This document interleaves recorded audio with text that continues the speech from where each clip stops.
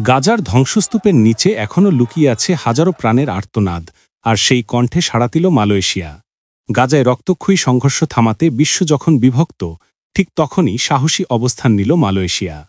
প্রধানমন্ত্রী আনোয়ার ইব্রাহিম ঘোষণা করেছেন, ইসলামিক সহযোগিতা সংস্থা OIC এর সদস্য দেশগুলো সহ অন্যান্য শান্তিপ্রিয় জাতির সঙ্গে মিলে গাজায় শান্তিরক্ষী মিশনে অংশ নিতে প্রস্তুত তার দেশ।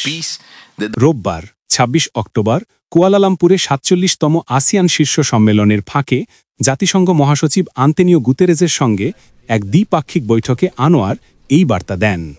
তিনি স্পষ্ট জানিয়ে দেন, ফিলিস্তিনের ন্যায্য সংগ্রামের প্রতি মালয়েশিয়ার অটল সমর্থন অব্যাহত থাকবে।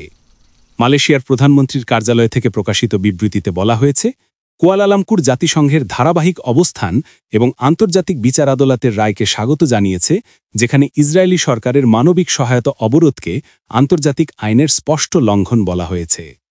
বৈঠকে আলোচনায় উঠে আসে আসিয়ান অঞ্চলে শান্তি প্রতিষ্ঠায় মালয়েশিয়ার ভূমিকা, বিশেষ করে থাইল্যান্ড ও কম্বোডিয়ার মধ্যে সংলাপ ত্বরান্বিত করা এবং মিয়ানমারে অন্তর্ভুক্তিমূলক রাজনৈতিক আলোচনার পথ সুগম করার উদ্যোগ।